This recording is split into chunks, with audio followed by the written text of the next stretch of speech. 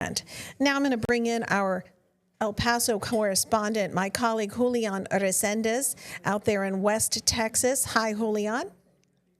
Sandra, good to be back. Thanks for being here. He's going to speak with Jesus de la Torre, Assistant Director for Global Migration at Hope Border Institute out there. Mr. de la Torre, thanks for joining us. Thank you very much. And Julian has recently written about how your organization is helping work with the Catholic diocese and organizations to help families that are impacted by ICE raids, right? What are you all doing? Correct. And thank you, Sandra. Thank you, Julian, again. For us as Catholics, this is a gospel issue. We are talking about the dignity of families. We are talking about how people are being treated. And unfortunately, we are seeing families being separated. We're seeing people not getting the care they need in detention, and we are seeing kids in fear. And so what we're trying to do in El Paso is a couple of things. We're trying to support families to connect with their loved ones in detention, to try to locate them. Sometimes they don't even know where they are, to try to talk to them, to help them find pro bono attorneys or people who can help them get the legal access, the legal counsel that they need.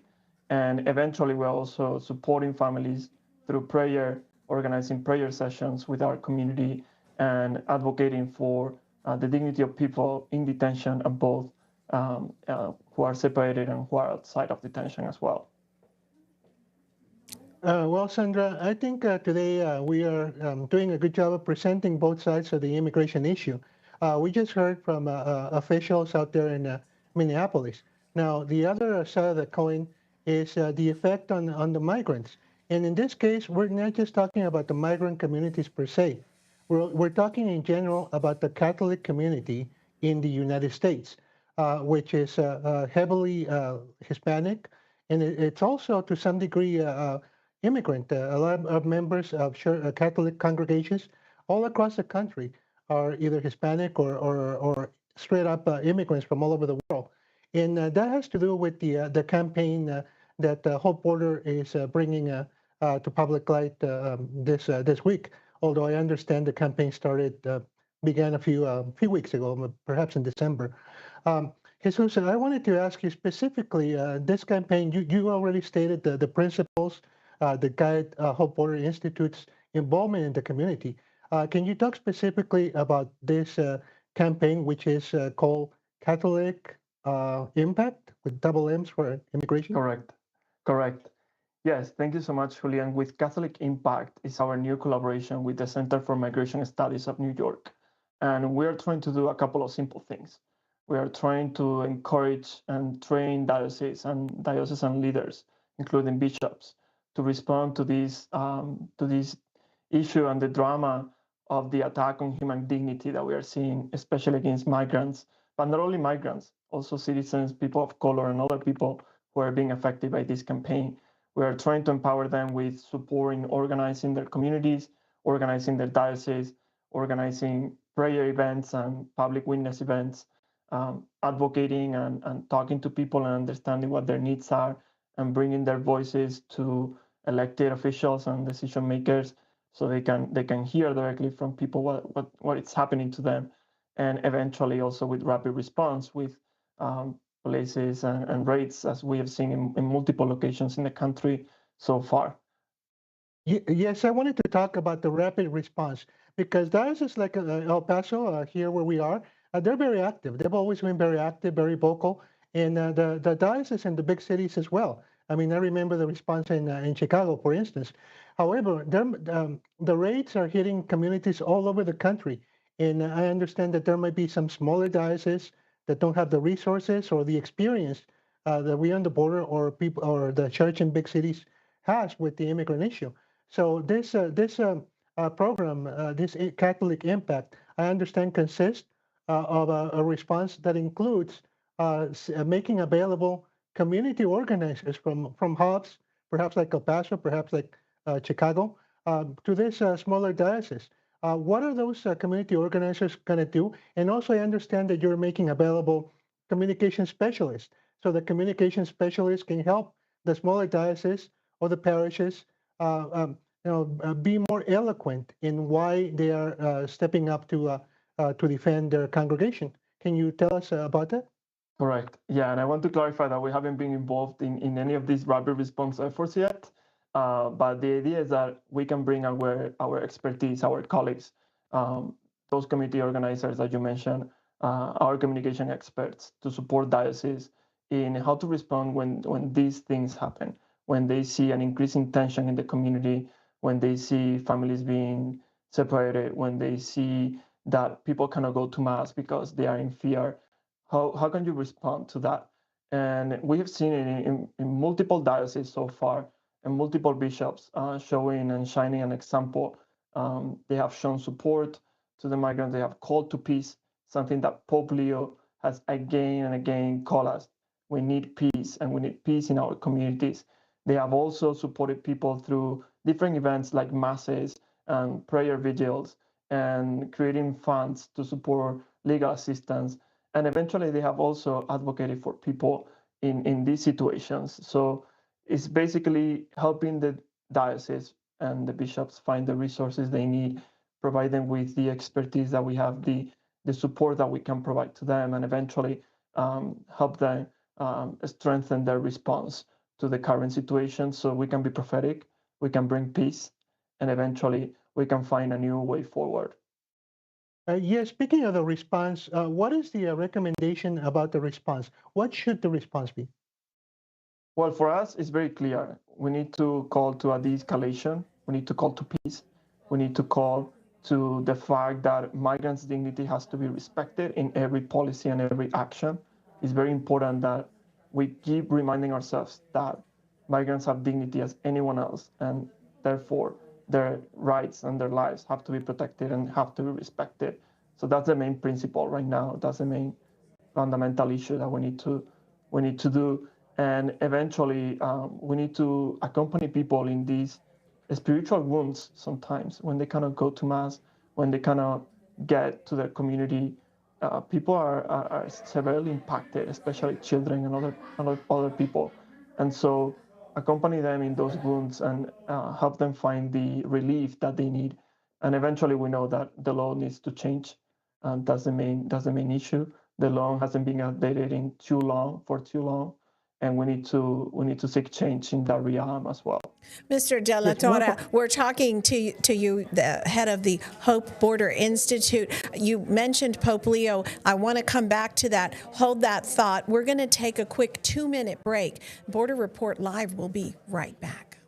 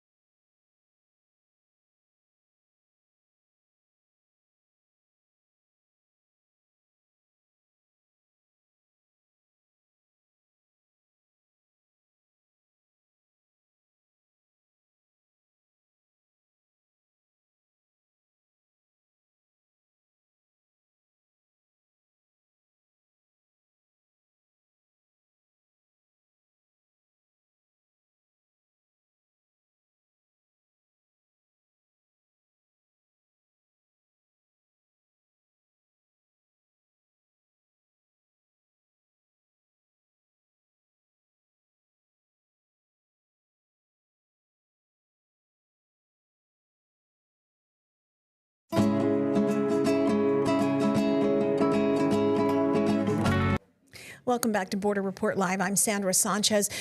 Speaking with Julian Resendez, our correspondent in El Paso, and we're talking with Jesus de la Torre. He is the Assistant Director for Global Migration at Hope Border Institute in El Paso. Mr. de la Torre, you mentioned Pope Leo. I wanted to ask you, a couple months ago, your organization, as well as Bishop Signs, actually presented a letter to Pope Leo talking about migration and immigration. And can you tell us what was in that letter, and how has that impacted the actions that you're taking today? Yeah, absolutely. The letter compiled the letters of more than 100 people, hundreds of migrants across the country, migrants from different parts like LA, North Carolina, El Paso, and other parts. And we basically asked migrants, what were they feeling and what would they like us to do? And their responses were very clear. Many people were in fear, many people were suffering, but many people remain in hope that we could do something differently, that we could get immigration reform passed, that we could get some dignified treatment to their relatives and to themselves. And they asked Pope Leo for his prayers and for his support. And that's why we brought those letters to Pope Leo. And Pope Leo, he listened to those stories, he listened to the voices, he read the letter in a video format that we presented to him. And he was very clear that the church cannot remain silent in this moment, that the church has to be prophetic in defending human dignity of migrants and of all those who are vulnerable and all those who are fleeing persecution or are fleeing situations of danger or they are seeking better opportunities. Jesus, your organization does work like myself on both sides of the border. I wanted to ask you, what is the current situation with migrants on either side of our border here in the Southwest? What we see right now on the Mexican side of the border is people who are still in need of protection. They are waiting in Mexico, most of them. They are trying to get documentation in Mexico with a lot of challenges because things are not working properly in many of the institutions that are supposed to give them the documentation over there. We also see families who are trying to find jobs, who are trying to secure housing, who are trying to take their kids to school. So they are struggling. Many families are struggling. Some people are being victims of kidnapping and other forms of violence. So they are not safe, and that must be very clear. Many people are not safe where they are right now in Mexico, and they are still in need of protection. And on the US side, I think all of us, we know it very well. It's the same feeling of fear. It's the same feeling that you can be separated from your kids from one day to another, that going to work can mean your last day in the United States in some cases. Yes, on last Friday, the county judge in El Paso was talking about this fear not only applying to migrants, to undocumented migrants, but also to legal migrants, people who have, quote, their papers, and as well as some U.S. citizens who are being approached and asked for their papers whenever ICE goes to do a raid in a place where they have received information there might be immigrants. Yeah, and I think this is a story that unfortunately is too well known at the border. Uh, the issue of racial profiling, the border, if you remember, if our listeners and viewers know, um, protections against racial profiling started at the border, precisely because citizens and other migrants with legal status and other people were being profiled and detained. And so this is an issue that we've long suffered at the border. And regardless of whether you have a status or not, you can be targeted, and that's a huge problem as well, especially if we consider that many people are also losing their legal status because the administration is canceling or not renewing TPS, temporary protected status, or even parole, which means people who legally access the country through a port of entry are losing their status and they could be deported, even sometimes to third countries. Yes, going back to Pope Leo and the meeting with the Hope Border Institute officials, what is the Pope specifically asking Catholics in the United States to do in connection with this ongoing immigration crisis? The Pope has been very clear. He's been very clear in multiple occasions, not just in our meeting. He said it publicly as well. And he supported the bishops' statement, the United States bishops, they issue a strong statement against mass deportations and calling for the respect of the dignity of migrants and for sure also to support new laws. So the Pope has really spoken in favor of the dignity of migrants in balancing this right of managing border, but at the same time, seeing the needs of the most vulnerable and ensuring that our laws are centered in those needs, in the needs of the people who need protection and who eventually have lived in the US for a very long time, contributed to the society for a very long time, and now they see how they can be taken apart and sent to countries that sometimes they don't even know. So he's been very clear, he's been very prophetic, and we are sure that he's going to continue to denounce the abuses and also calling for reconciliation and just laws. Jesus, where can Catholics learn more information about the Catholic Impact Campaign? Sandra, I believe we have a graphic. If we can show it, please. So yeah, go ahead. And in the meantime, if people want to connect, we're very excited to work with anyone with Catholics, especially. But we are also engaging with other actors, interfaith people, and people from different sectors. So people can reach out and ask questions. They can go to our webpage, hopeborder.org, and they can find also the email where they can contact us for Catholic Impact.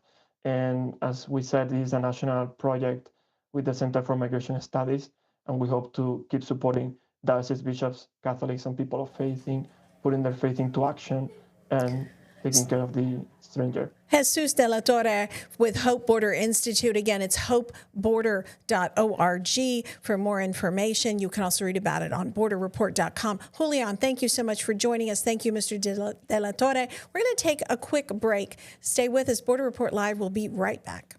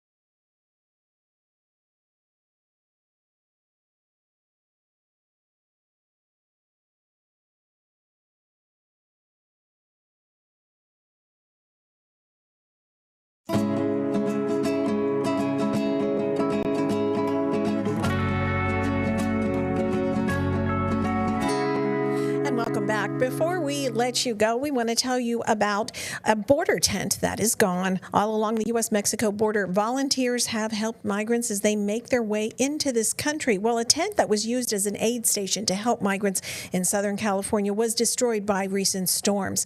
As our Salvador Rivera tells us, the tent provided food, water, and basic first aid material for migrants along the Tijuana-San Diego border. For years, volunteers working out of these tents provided coffee, snacks, water, even basic medical care to thousands of asylum seekers in the San Diego-Tijuana area between two border barriers. Even a phone charging station was made available to the migrants, but it's all gone. I would describe it as just being an end of an era. Pedro Rios is with the American French Service Committee, which operated the tents and coordinated the volunteers.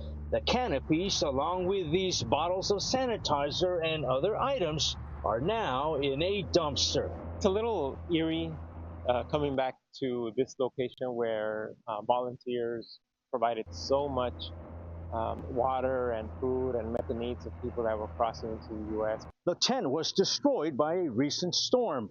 Federal contractors came by and took what was left over, placing those items in the dumpster. It's a little bit of a sad story to see how the items that we use to support and help people are just dumped into the dumpster.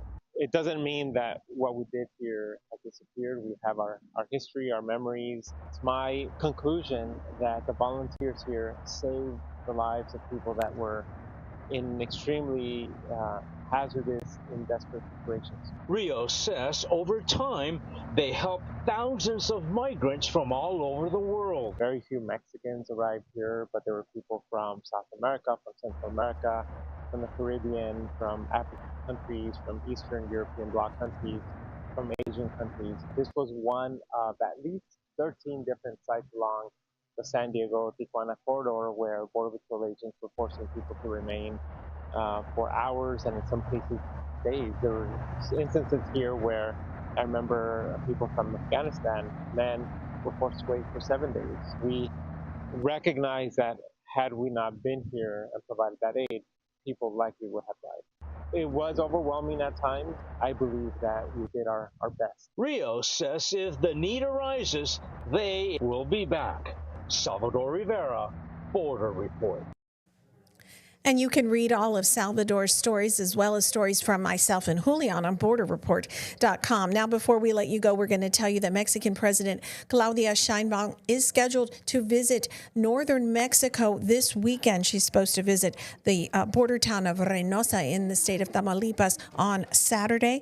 That's just across from McAllen, and she will take part in a program for women. She's also scheduled to go to Nuevo Leon on Sunday, but we're getting weather, so we'll keep you updated. We'll see if she does that. From Border Report Live, I'm Sandra Sanchez. Take care.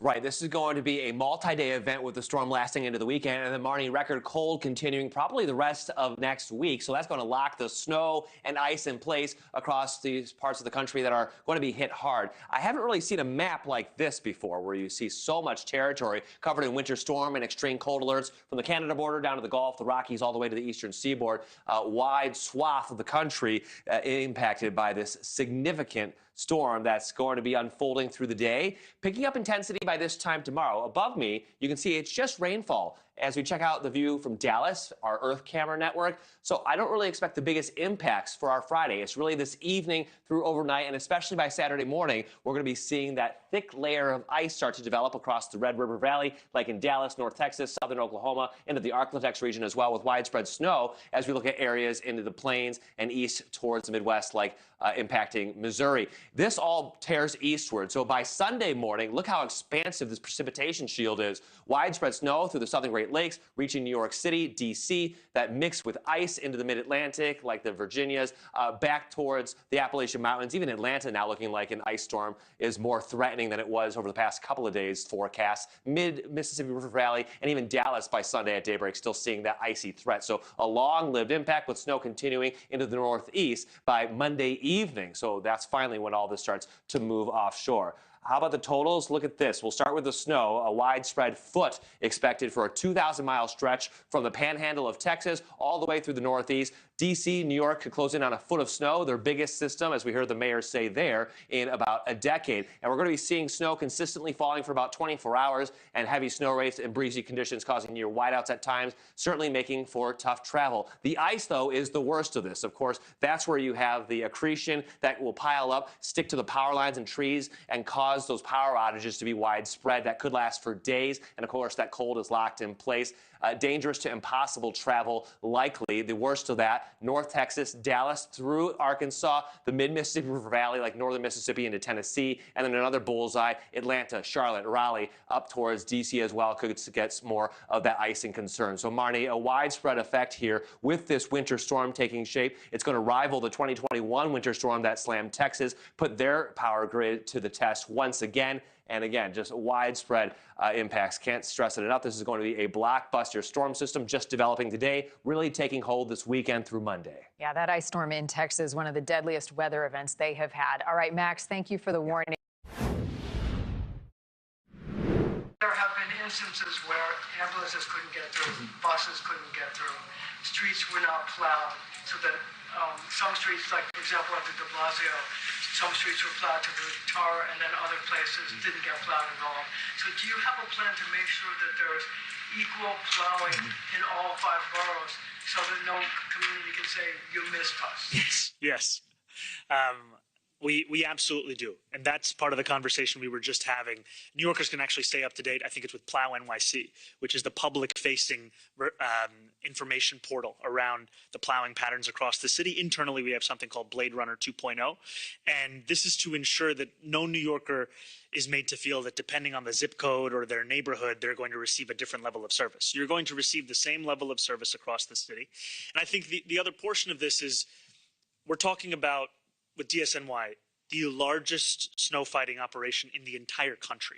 We're talking about the transformation of collection trucks into ones that can both salt this city. We were talking about 700 of those trucks, and then we're talking about 2,200 plows.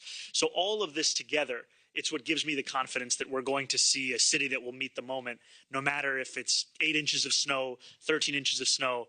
I will say that one thing that a number of New Yorkers have shared with me is we seem to have large snowstorms every 10 years. It was 96, it was 06, it was 16, it's 26. We're going to be ready. Yeah, right here, go ahead.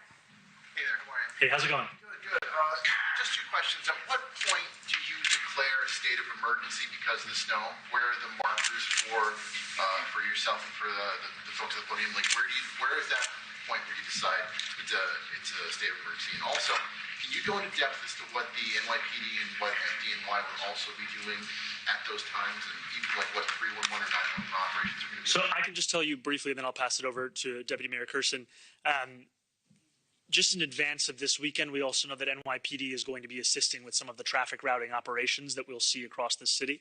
Every single agency and department is going to be playing a role. You know, for example, DSNY is taking the lead on the snow plowing, but that doesn't mean that the Parks Department is not also going to be assisting in some of that work. I'm going to pass it over to DM Kirsten for some of the additional remarks.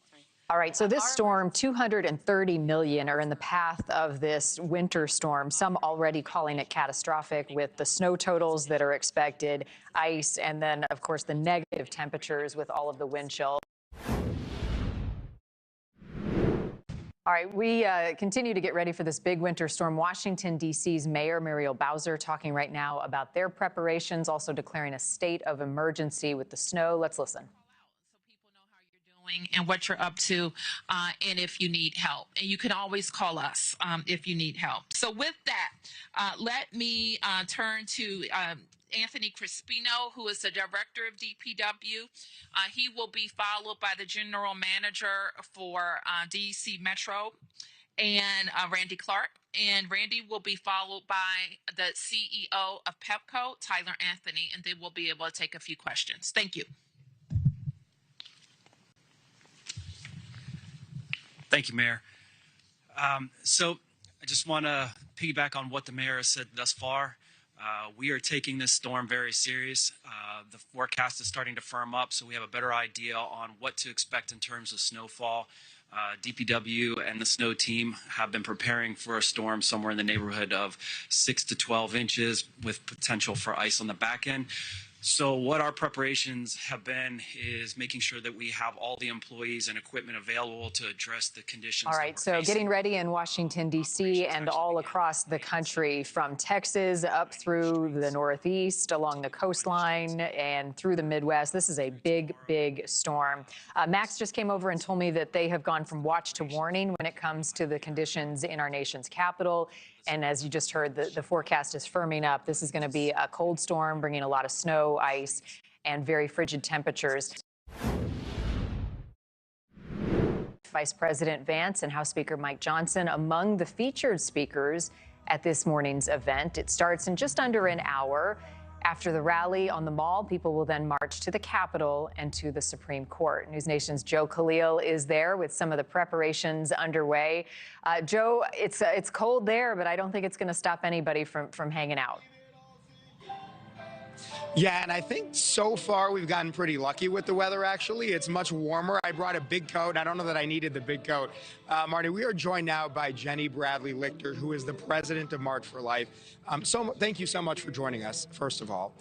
I just want to start off by asking, obviously this event, for those who are not familiar with it, how would you describe it? How would you explain it to those who, again, may not be so familiar as this crowd is? Yeah, so the vibe, I guess, is something between an outdoor rock concert, a country music concert, and a political rally, I suppose, just in the sense that it's a huge outdoor event. It's full of young people in that way, unlike most political rallies.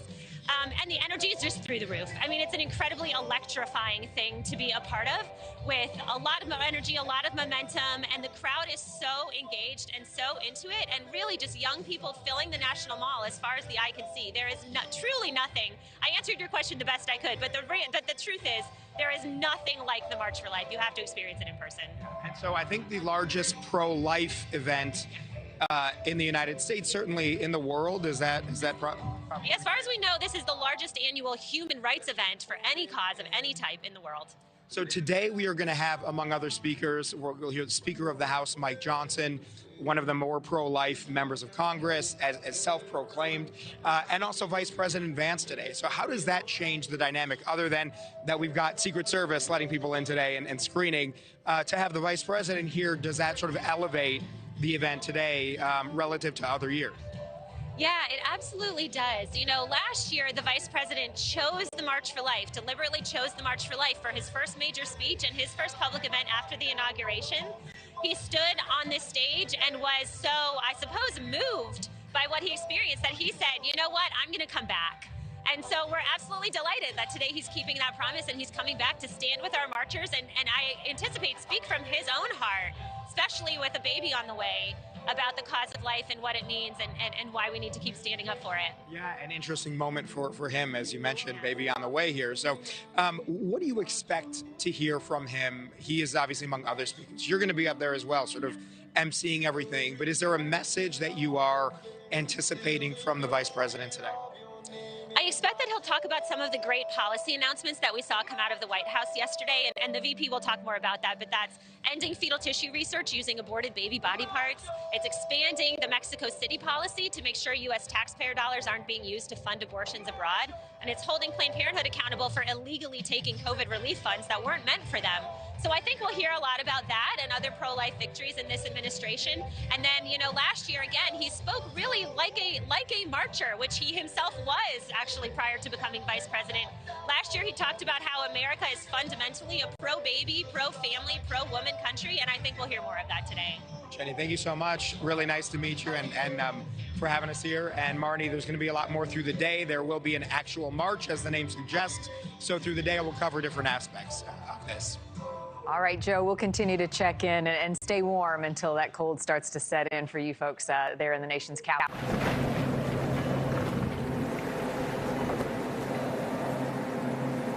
Only Purple has the Gel Flex Grid, designed to help you wake with less pain, because the right bed doesn't just improve your night, it improves your day. Purple. Less pain, better sleep.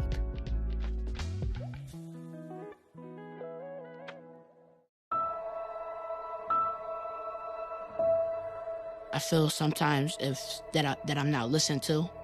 I feel that I'm not getting the attention that I need, and it's a lot built up in my chest. I would just want you to listen to me more often and evaluate situations with me and lead me towards success.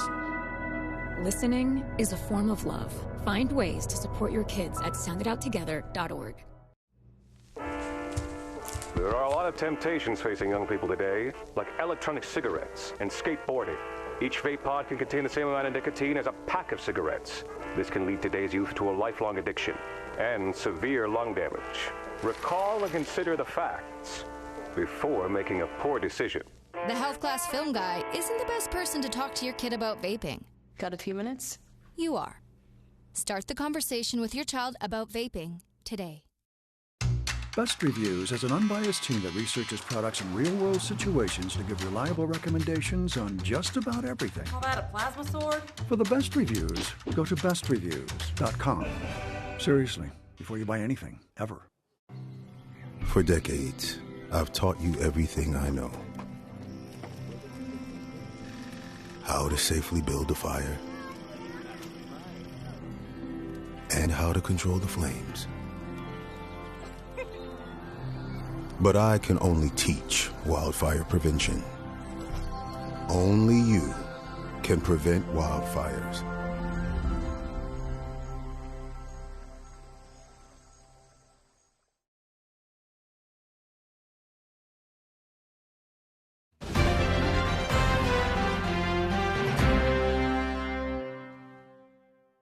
It's going to get really cold after the snow leaves. Salt does not work below 20 degrees. You will not see us out much at night simply because it's going to be too cold to make any progress. All right, a lot we're following for you this hour. Thank you for joining us. I'm Marnie Hughes in Chicago. Let's start with some breaking news, and that's the 230 million Americans from Texas through the Midwest and the Northeast getting ready for a catastrophic winter storm. Crippling ice and snow, widespread snow on the table, including a potential nor'easter. Forecasters expect widespread travel disruptions as major U.S. airlines are issuing travel waivers already due to the crippling ice storm. They're bracing for flight cancellations and delays throughout the weekend, so make sure you're checking those apps. We have crews at the airports across the country, and we'll have the latest on the storm's path coming up and folks getting ready for it. Despite all this bitter cold, protesters still out in Minneapolis monitoring the ice operations. There are hundreds of businesses across that state today that are closed, part of an economic blackout to protest the immigration crackdown there.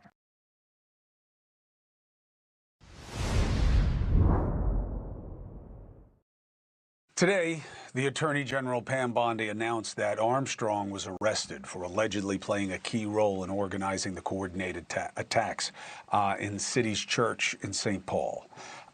She's been charged with conspiracy to deprive rights, which is a federal crime. Is this right under the law? And is it the right thing to do? Joining me now, two people from the area, Minnesota Republican Party Chair Alex Plekish and Minnesota attorney and political commentator Abu Amara. It's good to have you both. Mr. Amara, is this a good accusation in your mind or no? Well, first, Chris, thanks for having me. To me, this is not about actually what happened. It's about who decides. In Minnesota, we've got trespass laws. This is completely, we're able to address this in the state of Minnesota, states all across the country have trespass laws. If this is something that the prosecutors decide to do here in Minnesota, they should absolutely do that. But if they don't, they won't. This is not a matter for the federal government to get involved on what is seemingly a simple trespass case. And remember, Nikema Levy-Pounce is a civil rights lawyer. She knows civil disobedience. She knows prosecution. She understands the consequences of certain actions. This, to me, is absolute overkill by the federal government. Quick follow. Putting jurisdiction to the side, that's smart. You're a well-trained lawyer, obviously. But assuming that there is color of authority under federal law as well, what do you think of the legal argument that, hey, this is a protected place of worship and you're not supposed to do this and you were not invited in? Is that enough? Chris, let's be honest. If there weren't 3,000 ICE agents on the ground here in Minneapolis, do you think the federal government would be prosecuting this case?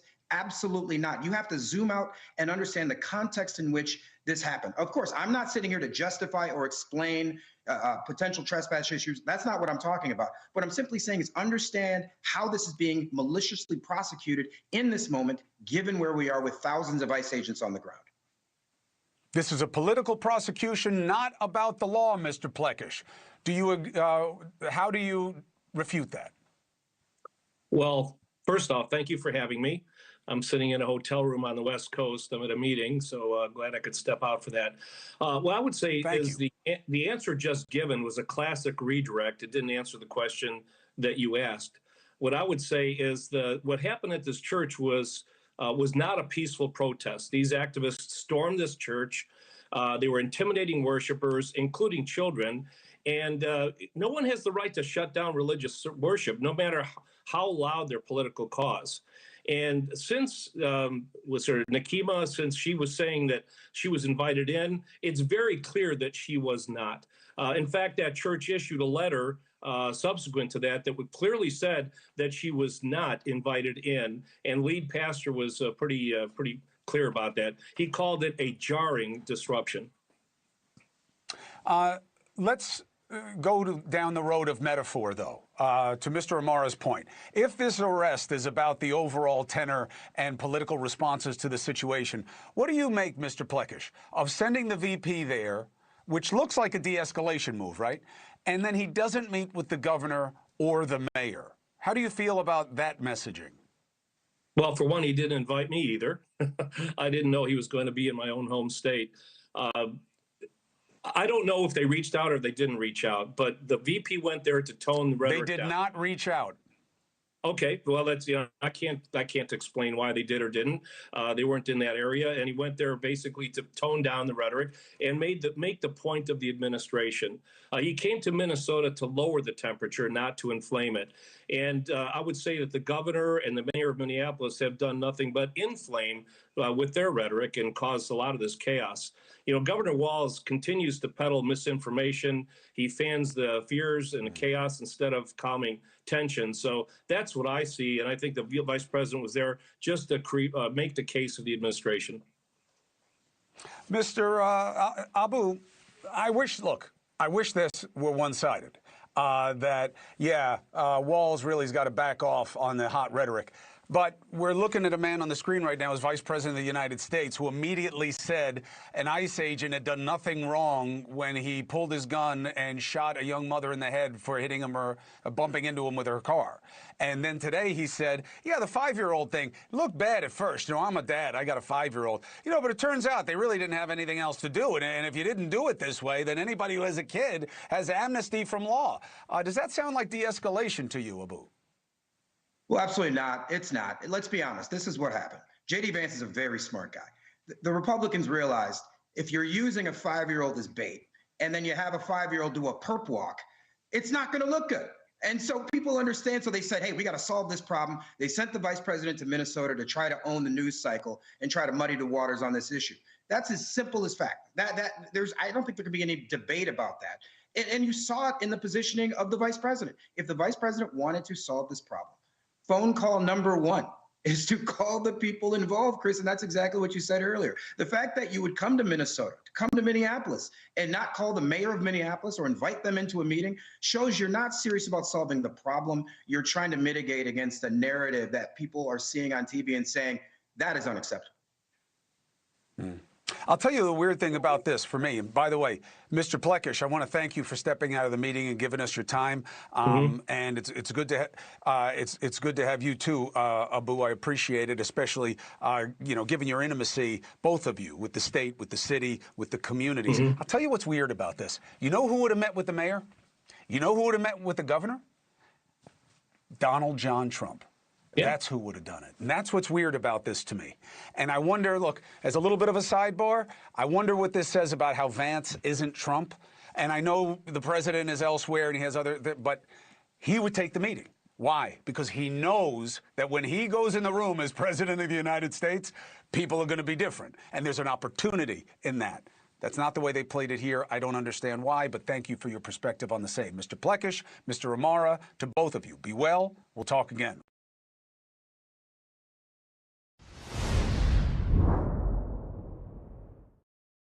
Are you all being held to an unfair standard? If so, what is it, and what standard should you be held to? It's good to see you tonight. Thanks for having me. As far as the standard, law enforcement should always be held to a high standard. The U.S. Border Patrol, absolutely we should be held to a high standard, and the reason for that is we are a high-performing organization. I think the disconnect there, though, with the media is they're not holding us to any standard because they have no standards, or at least most of them. And by what I mean by that is when you take a snippet or a few words that are spoken and spread that as gospel without any context, as you just said, and it ends up being a lie, and then the news media does not go back and correct that lie, then they become the problem. And that's what we're seeing here in Minneapolis, is oftentimes they take things out of context. Sometimes it seems purposely, and it ends up causing us, law enforcement, who are already held to high standards, a lot more problems. Okay. And understandably, you all have faced an enormous amount of danger. And I appreciate that. I've been out in these crowds before, especially during BLM, and then spent a lot of time in these crowds overseas. I want to play for you the vice president talking about the use of chemical munitions, tear gas is what we would commonly call it, on protesters. Here you go. We don't employ the kind of tactics that are only necessary when violence is committed against officers. That is these guys' directive, and that's what we're going to try to do. Okay, only necessary when violence is committed. This clip has gone around the world. At one point today, I looked up, I saw it playing on 3 different cable news channels of you personally throwing a tear gas canister. Take a look. I'm in the gas. Get back. Gas is coming. Gas on film. Gas on film. We're filming you. Gas on film, Savino. Gas on film.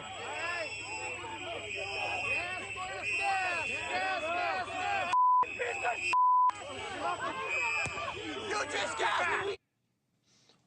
To you, what does that clip show? Sure. Well, what J.D. Vance, the vice president, said, he said it very well. If you look at that clip, what you see directly behind me are Border Patrol agents that had just been assaulted. One of them was spit on. As that individual that spit on a Border Patrol agent was taken into custody, several other suspects came in and tried to intervene physically, both body checking Border Patrol agents as well as physically wrestling with Border Patrol agents to try to free the original suspect that spit. That, with a chaotic situation, objects being thrown, agents being boxed in by vehicles, it was probably past the time for myself to deploy that less lethal munition. Yep. And that term less lethal is just that, less lethal. If we didn't have less lethal, what would we be left with? I think that's a question that a lot of these media, and they seem to leave that out. Do they want fisticuffs and guns? Or do we want to use less lethal to keep people safe, to keep our officers safe? And that's what we did in that particular instance. And guess what? It worked. Yep, the crowd it dispersed. does. I've been in enough tear gas. I've been in enough tear gas, Commander. I understand that.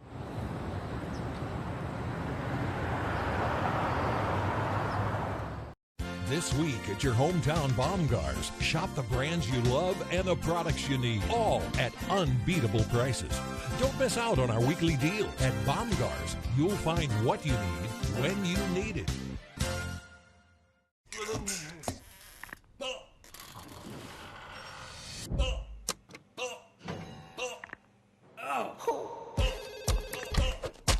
Hey, that's my burrito. Hey.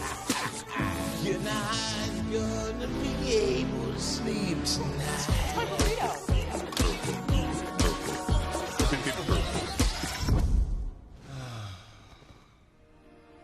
Purple, less pain, better sleep. Achieving my goals as an adult was challenging without a high school diploma. With the help of an adult education center, I finished my high school diploma and it changed my life. This yearbook is a testament to your accomplishments and how they have impacted all of us. Getting my high school diploma made me feel like I can do anything. Now I can help the kids in my community achieve their dreams. When you graduate, they graduate. Visit finishyourdiploma.org to find free and supportive adult education centers near you. Love the hustle, Cliff. Who are you? Your lungs. We're quite proud of you. Even though you quit smoking years ago, you may be at risk for lung cancer. Okay. Well, with the routine screening, you can detect it early when it's more curable. Sounds good, guys. Can I get a little space here? Biologically, no. Okay. Listen to your lungs. Get a routine screening that could save your life. Talk to your doctor and learn more at savedbythescan.org.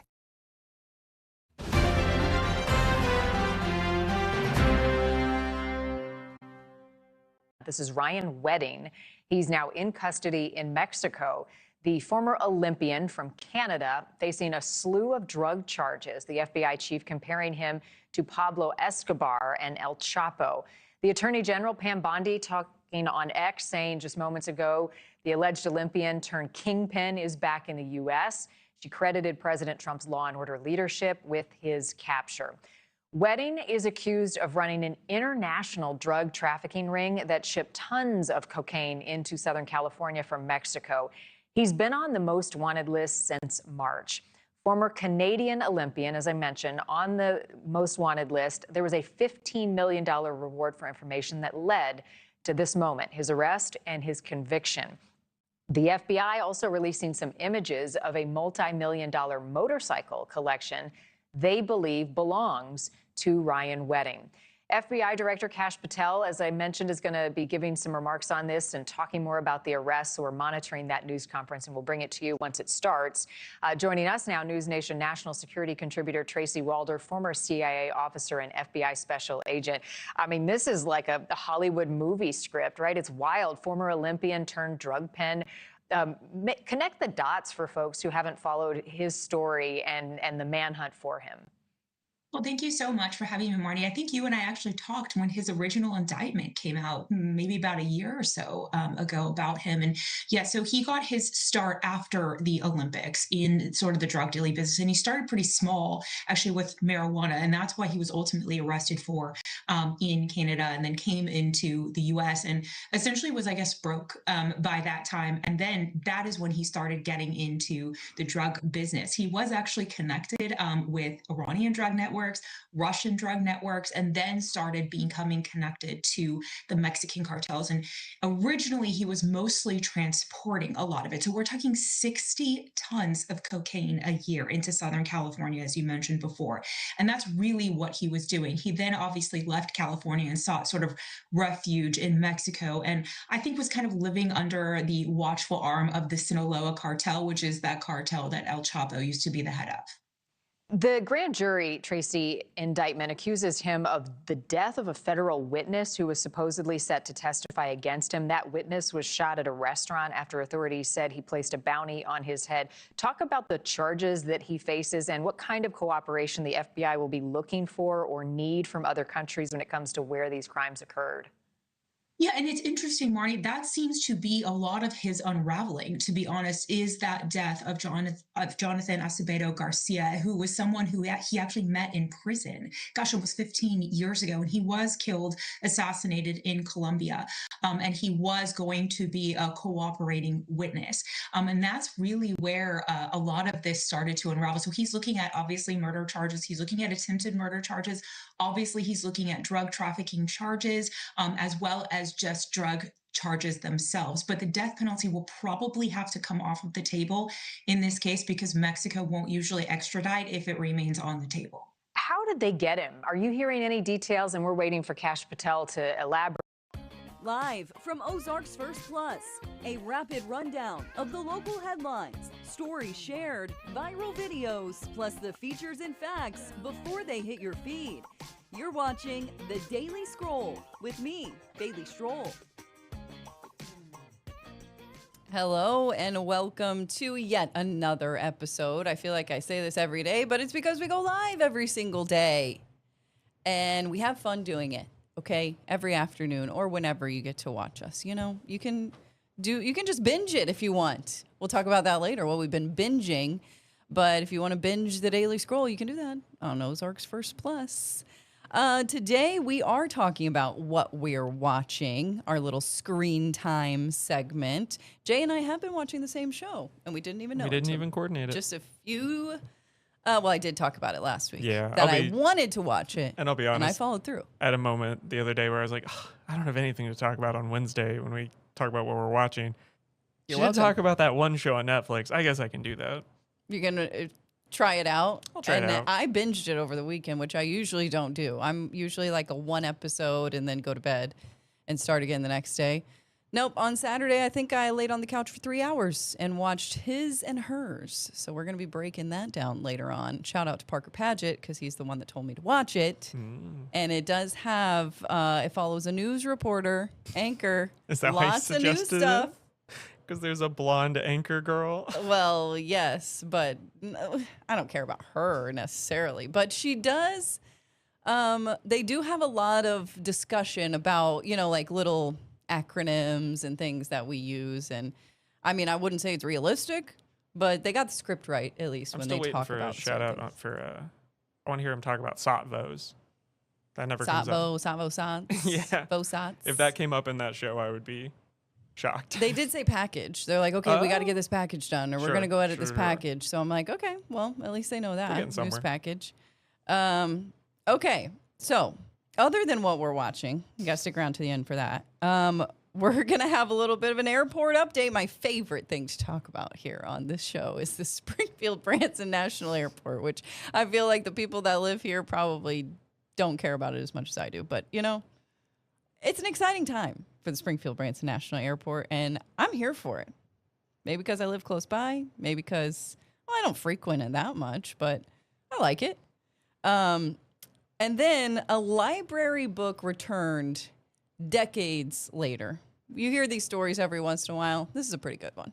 So we'll talk about that, which book it was, and the little post-it that came along with that return.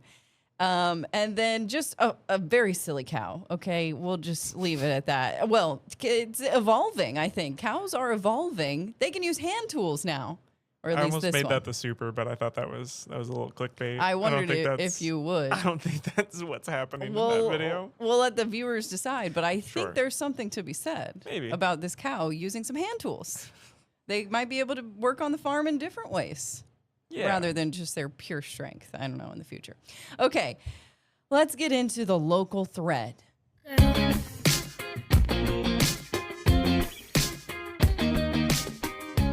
Springfield Branson National Airport posting on social media how it started and how it's going. Because, they give a little update every week about this big terrazzo project, replacing the flooring project, which, if you've been around, if you've watched the show, we've had this on many times because the carpet is now gone and the terrazzo tile is here to stay for decades to come. Do you think we've talked about this or Route 66 more? They're probably tied at this point. Actually, this might be Your two special the number interests. one. Yeah. And the bear in California and maybe the monkeys in St. Louis. I was actually looking. Are we going to get an update on that? I was looking for an update today. Couldn't find one. We still don't know. The latest thing is we don't even know if they actually existed. Were they all AI? Because it might have been AI. I'm not even kidding. Oh, no. Maybe I'll try to find one tomorrow, but I feel like people might have been so embarrassed by that. They didn't even. That they've just let it talk kind about of slip under the rug.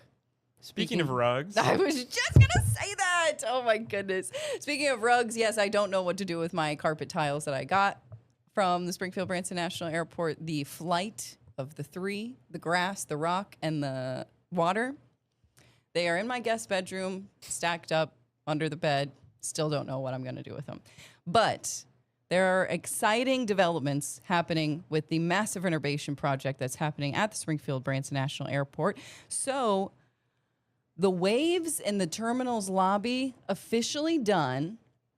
And you can see there how many other projects they're almost done with, have already completed. The bridge replacement's done. You'll notice that only if you, take a flight when you're walking from the terminal onto the flight. You'll notice brand new, which is pretty nice. It's cute with the little planes getting to their destination. Yeah, I think this is a cute graphic. And then the flooring project, almost done. The terminal airport expansion looks like it's almost done. I think that was more laying concrete to eventually expand the terminal. And then what's the parking lot expansion? I think that's, well, you can see there, it is almost done. I think 200 more parking spaces have either recently opened or are about to open. I've never had a problem parking. So, you know, I guess I'm glad they added them. But again, that's what makes Springfield's Branson's airport amazing. You don't have a problem finding a spot. You might have to walk a little bit, but there's no problem finding a spot in the long term. So the terrazzo tile is essentially complete all out throughout the lobby. They now have that wave design, which is 13 different colors. They've been laying this down. It's walking from the terminal entrance all the way to the security checkpoint. And they said that mother of pearl is included in this terrazzo mixture, so it shines in the sunlight. I like this. Yeah. 5 months into the flooring project, they've got 5 months to go. So I feel like that airplane on that graphic was a little too far ahead. I don't know. Shouldn't it be halfway? I don't know. Yeah. But they said that it makes us excited to see what the terminal will look like come summer. So are these some of the pictures you were talking about? Yes, there it is. Look at that. It looks great. And it looks almost exactly like what they had told us it was going to look like.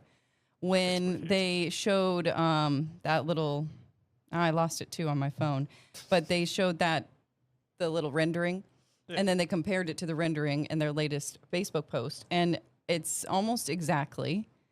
And I don't know. I like it. I feel like we're entering a new era.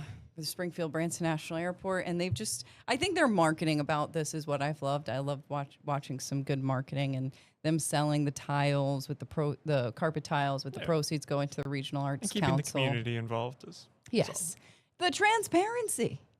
You have to love that as a journalist. Okay, well, that's it for the local thread today. Let us know if there's anything I'm missing out there, fun stories that I may have missed, and we'll try to get them in. But next, a library book returned after 46 years in South Dakota. Came with a little Post-it. You can probably guess what it says, but we'll leave that for after we come back.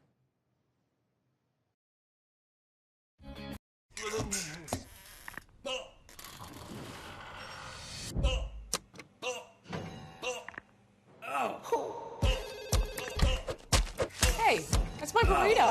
Hey. You're not gonna be able to sleep tonight. That's my burrito.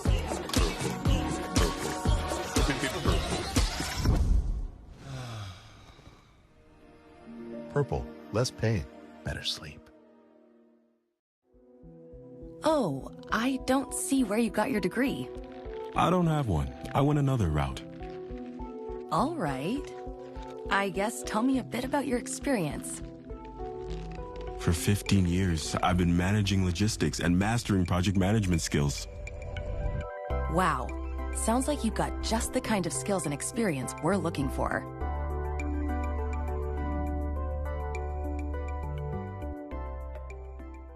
My opponent is completely disregarding almost half of my arguments which I respond to. Communities must step up Laws and alone protest cannot against this stop the normalizing. bullying. Well, I completely disagree. Point of inquiry, do you guys even realize that the #1 killer of children and teens are gun injuries? You're probably starting to realize now, this is not a debate. There is no adult in this earth that wants children to die.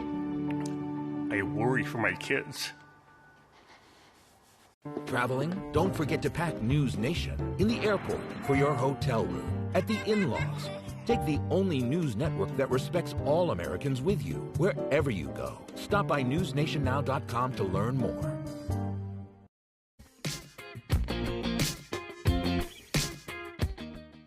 Well, you know the saying, better late than never, and I guess that's the case for the South Dakota Library that just got a book back after it was checked out 46 years ago.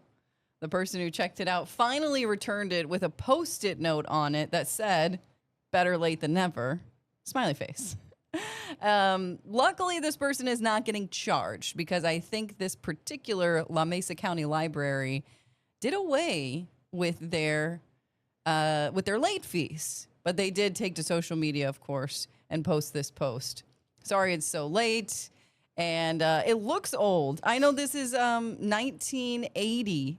Looks a lot older than that. Looks faded. Yeah, it does. And I missed the title there. I wanted to look up exactly what this book was and why it was. I guess it got shoved in the back of a cabinet or something. But hey, good on this person to return it. Just once I want one of these stories to end with them actually like charging them. Being like, I know. How much would it be if you it's like actually owe 15 cents a day? a couple thousands of dollars. 15 cents a day for 46 years? I can't do the math that fast. Because it always just comes in and they're like, yeah, it's fine. We just wanted to have it back. I think, honestly, this story has made it all the way to Springfield, Missouri. So I guess the publicity pays for the late fees. So it all works out. I did do this when I took a book when I was from my school library. You gotta stop Didn't realize it. Didn't realize it for a very long time. I think I was probably in first grade. And up until I graduated, I was afraid that they were going to figure out it was me and they were going to, for some reason, hold back my diploma or something. But they didn't. And I think I still have that book, or maybe I sold it in a garage sale. But do you know what book it was? It was something about a mule. I know that. It was a kid's book. Okay. For sure. I was very young. But I love those little slip-in things that you stamp with the date on it. It's sad that we have gone the technology route with the library. I'm sure the people that work at the library like that, but you just like stamping things. I love the way that they did it, so you could see the last time it was checked out and the time before that and how long they kept it and who it was. And just like the textbooks at school, you could see who had it the year before you. Wait, so are we not going to have these stories someday? Because it's just in a computer algorithm who has the book. Yeah, they're just going to have to screenshot their computer screen. Oh, it's 46 years old. It's really old. Yeah. Yeah. Wow, that's sad. I wonder when all that went by the wayside. But 1980, they're still doing it. It does not feel like that long ago to me. You weren't alive. But I guess it was. I wasn't. Even my oldest sister wasn't alive. But I just... I don't know. Yeah. We always have stories like this. This comes through every little every while. Few months. And it always makes the classic rounds. Kickers. Oh, yeah, definitely. Glad the book made it back. If you have any library books sitting around at home, bring them back. Bring them back. Make a good story. Keep the libraries in the news. Speaking of good kickers, I think a lot of folks will see this on the 5 p.m. news tonight if they get to it later on. Cows are evolving, okay? Or at least a 13-year-old cow in Vienna, Austria. This cow has proven that she might be the sharpest tool in the shed. She is able to use a broom to scratch her own back. And by the talking with the owner, these news outlets have, she's actually developed this skill over the years. I think she's been doing this. She's been using the tool for 9 years now. So she can flip it around. Depends on the way she picks it up. She can use it as a brush. She can use it as a poker. I just... Bailey, this is utterly ridiculous. I was waiting for that. Yeah. Waiting for that. I don't know. This cow is extremely cute. It makes me think, what else could we have them be doing? Yeah, I liked earlier when you were like, they're going to be helping on the farm. That's They just could. scratching itself. She could start sweeping up her own hay out of her stall. I saw no sweeping. I only saw scratching, which I think is a pretty inherent animalistic impulse. Well, it actually makes me feel bad for all the cows out there that aren't getting their itches scratched. That's so true. They're just walking around all day Give long, never more getting a cows little brooms. itch or scratch. Ugh, breaks my heart. But I mean, in my defense, to your lack of faith, the skill has left scientists from the Veterinary University of Vienna flabbergasted. They say it's way more than you would expect for any cow that belongs to a farm. Wow. Take that, farm cows. And there you have it. I know they're not expected to do much, but look at that. It just... I do think tool using is a very rare animal ability. And yeah. It makes me think about the scratches. Like sometimes I go to somebody's house and I see how they scratch their dog. And I'm like, I don't think you're doing that right. It doesn't look satisfying for them. Get where they want it to be. I saw a video the other day of a dog that had an ear infection. And the person said, well, that you need to wipe out the inside of their ears with a tissue or something. And she goes, oh, I thought that the dog wouldn't like it. But she got a little tissue and started scratching around in there to clean the inside of the ears. And the dog immediately like melted and started moaning. And I'm like, you haven't scratched the inside of your dog's ear in its entire life? That's the number one spot that my dogs like it. Well, yeah, your dogs don't really have other places to pet. Well, yeah, and I can get the good scratches on them hairless babies. But it makes me feel bad for all of the dogs that you go to scratch them and you can't even hardly reach down to their skin through the fur. Yeah, They're never getting a good scratch. They need a broom and to be trained how to scratch themselves. That's what we've learned today. This is the stuff that keeps me up at night. All the dogs and cows that are not getting their good scratches. Okay, next up is our screen time, what we're watching segment. So we talked about it last week. I wanted to watch the show called His and Hers on Netflix. New limited series, kind of a crime drama that involves a news anchor, news reporter. And Parker Padgett told me about it. I said, okay, let's do it. So my husband and I watched it. We ended up watching it for 3 hours on Saturday afternoon. And then I've watched a couple of other ones, but they're oldies. One I like, one I don't like. We're going to get into it next. Only Purple has the Gel Flex Grid, designed to help you wake with less pain, because the right bed doesn't just improve your night, it improves your day. Purple. Less pain, better sleep.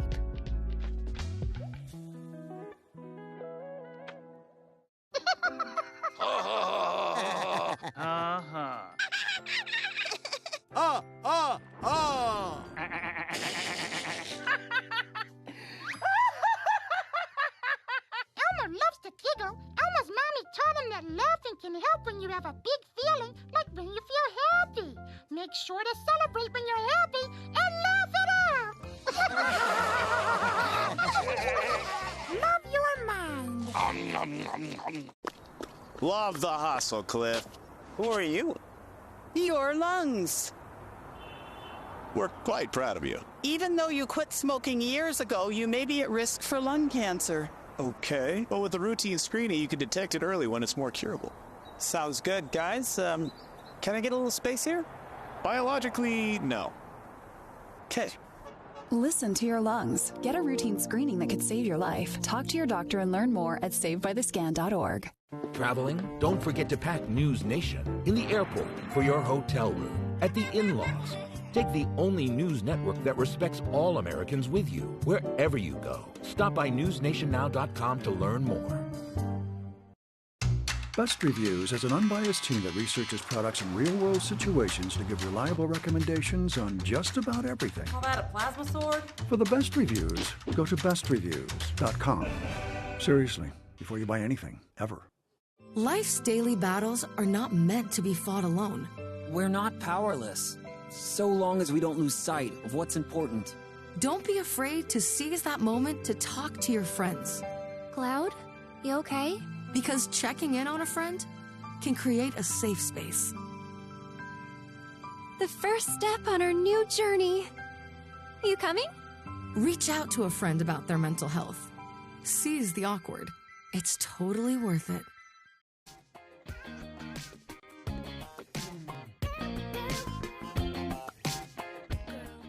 Okay, what have we been up to on the streaming channels? You're already Googling John Bernthal. I'm looking up John Bernthal because I could have sworn... He's in a lot of stuff. I could have sworn he was in The Bear.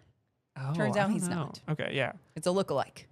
Because every time he gets angry in the show, I'm like, that's Frank Castle, because that's the Punisher. Frank Castle from The Punisher. Haven't seen that. He's also the brother in The Accountant and The Accountant 2. He's really good in The Accountant 2. I saw that last year. I was qualifying these. Oh no, he is in the bear. I see it. I had scrolled over it. I was right. Yes. And then Shane in the newsroom told me that he plays Shane on The Walking Dead. Oh yes, So The Walking Dead for sure. I would categorize those as boys shows. Sure. Yeah. But now he's in something for girls and boys to enjoy. Yeah, it's just a. Are you murder enjoying mystery. his and hers? It's a complicated relationship. You think you're too smart for it? I think I'm too smart for it. I take notes as I'm going on my theories and thoughts and how far I am. Maybe you're just taking it a little too and it was seriously. I think it was about 10 minutes into the third episode that I went, oh, they just told us the answer. Mm-hmm. I just solved it. I know the whole thing now. And you told me I'm basically right. So I do that a lot with movies. They're shorter. You get to the point faster, I think, with movies. And I kind of ruin it for my husband because I'm like, oh, yeah, I figured it out. Oh, this okay. one threw me for a loop, if at the very least in the last few minutes. So you have the start of episode 3, I got the pieces, and then halfway through episode 3, they said a line that made me go, "Oh, that's the last puzzle piece I needed. This whole thing came together. It's perfect. I'm done." Well, let me tell the people out there who haven't seen it, I guess, what it's about. Oh yeah, that's fair too. So these two estranged spouses are from a small town outside of Atlanta. One of them is a reporter in Atlanta, but had taken time off because of a family death. And, well, it was their child that had died. And I guess she just up and went away, and left him in the small town. Well, then there's a murder in the small town. Say it ain't so. So she comes back. She's like, I need to get my job back because this blonde bee took it while I was gone for a year.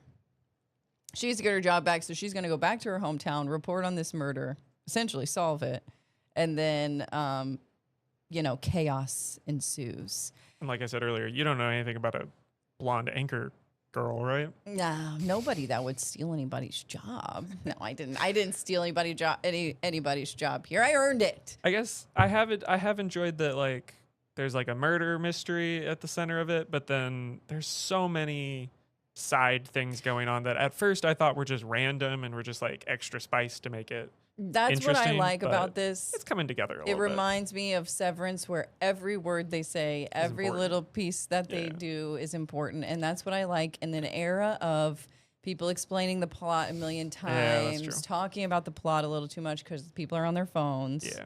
Well, Matt Damon was just talking about that. I talked about Knives Out movies the other day, and I don't think you knew what I was talking about. But this has some of the fun little elements you see in Knives Out movies. I would say done worse, but yeah, done worse. Okay, but there's little pieces of that if you really need that itch scratched. I'm not usually like a true crime type of person, but I like this because there is so much happening outside of the actual crime, even though it is all centered around the crime. But we also talked about John Bernthal. Tessa Thompson is also very famous. I know her from Thor movies, but she's in lots of things. She's the first. That's the first time I've seen her. Yeah, in anything. In, like, Men in Black and Creed Tessa and stuff. Thompson. Yeah, I mean, she's great. She's cool. They both did a good job, and they both had good chemistry, and that's what Parker Paget had told me to go watch it because of that. That's what you really need. And of course, it has the newsy element into it. Can't forget that. Which you don't get very often. So I'm glad to see it. I'm glad to see us represented, in the media. Yeah. The media never has anything to do with the news. Well, when they do, it's like I look on the TV and we're nowhere. Oh, come on. We're always in like a little montage of something, to move the plot forward, but never the main character. You should go watch Superman. There's a true. weirdly Touché. large amount of news stuff. Well, to the point I rewatched it recently, and that's one of my main complaints is that there's too much news? There's moments where everybody in the show stops what they're doing to watch the news together. The news. Yeah. And now it's focused on you. So Hey, I mean, I usually do take the attention away. No, I'm just kidding. And then the only other things, I started watching Fallout last night because, back up. Started watching Tell Me Lies for the second time, which is a show about college students and their decision making and essentially where it leads them. But too much romance, if you know what I mean, Not for myself. Not enough. I mean, they are not moving the plot along very quickly when every 10 minutes they're getting intimate, if you know what I mean. I can't watch that. I'm sorry. It does nothing for me. I don't want to see it. Just get to the point. Unless that's the point. I know this is based on a book, but it just goes to show I tried to watch it twice. I can't do it. I always mix that one up. There's another one based on a book, but I think I heard somebody read that book and was not impressed. And then there was another book similar to it that they liked more. I heard there's a huge twist at like the end of the second or third season. I've heard about it many times, so I'm trying to get through it. But yeah. And then I even told my husband, well, we can just fast forward through those parts and maybe the storyline is good. No. Got to the same exact part that we were before. I hate when people say, oh, you should watch this show. By season 4, it gets good. And I'm like, oh. Yeah. I'm not going there. I'm not going to make it that far. And then Fallout, just briefly, I started watching that last night. Only saw the first episode. I know they have a new season out, so I'm glad I'm not going to have to wait around for the second season. But I also know I'm late to the game, so I won't dwell on it. But so far, so good. I really like it. But you told me that is actually based on a game? Yes, it's based on a video game. There's a whole game series that's been around for a long time of Fallout. Fallout New Vegas is the one I think of first. But yeah, there's a bunch of them where you run around a big post-apocalyptic world and do stuff, and there's a lot of story and characters that people love. So I do. I'm glad the show's good. I like it's lighthearted, even though there's some gore and killing and stuff. Too seriously. Yeah, it doesn't take itself too Which seriously. is a different vibe for something from like a post-apocalyptic. Yes, because I usually don't watch those types of shows because they are a little too serious, and it makes me think, oh my gosh, if I was in that world, I would be so stressed, and it stresses me out, and I don't like to watch those things. This is funny. You can laugh through the most gory parts. You can just say pluribus if you want. You don't have to beat around the bush. Yeah, pluribus. That's definitely. But Severance, a show out there, and it's lighthearted. Yeah. You get some comedic relief. Through the worst serious parts. Okay, well, that's going to do it for us. Another episode of the Daily Scroll done. We'll be back tomorrow and the next day and the next day and the next day. And I'll be live tonight on the news with my serious face and my serious voice. We'll see you then.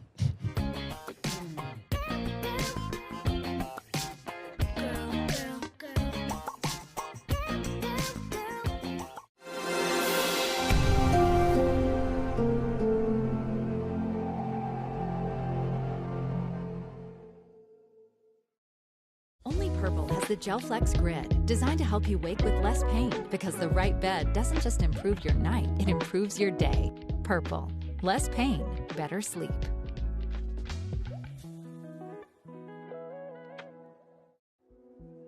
Oh, I don't see where you got your degree.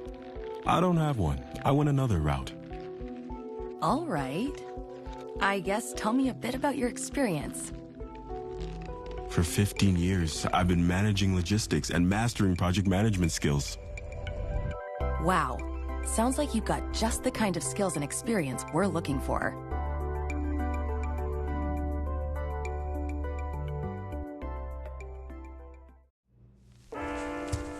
There are a lot of temptations facing young people today, like electronic cigarettes and skateboarding. Each vape pod can contain the same amount of nicotine as a pack of cigarettes. This can lead today's youth to a lifelong addiction and severe lung damage. Recall and consider the facts before making a poor decision. The health class film guy isn't the best person to talk to your kid about vaping. Got a few minutes? You are. Start the conversation with your child about vaping today. Life's daily battles are not meant to be fought alone. We're not powerless, so long as we don't lose sight of what's important. Don't be afraid to seize that moment to talk to your friends. Cloud, you okay? Because checking in on a friend can create a safe space. The first step on our new journey. You coming? Reach out to a friend about their mental health. Seize the awkward. It's totally worth it. Right, this is going to be a multi-day event with the storm lasting into the weekend and the Marnie record cold continuing probably the rest of next week. So that's going to lock the snow and ice in place across these parts of the country that are going to be hit hard. I haven't really seen a map like this before where you see so much territory covered in winter storm and extreme cold alerts from the Canada border down to the Gulf, the Rockies, all the way to the eastern seaboard. Wide swath of the country impacted by this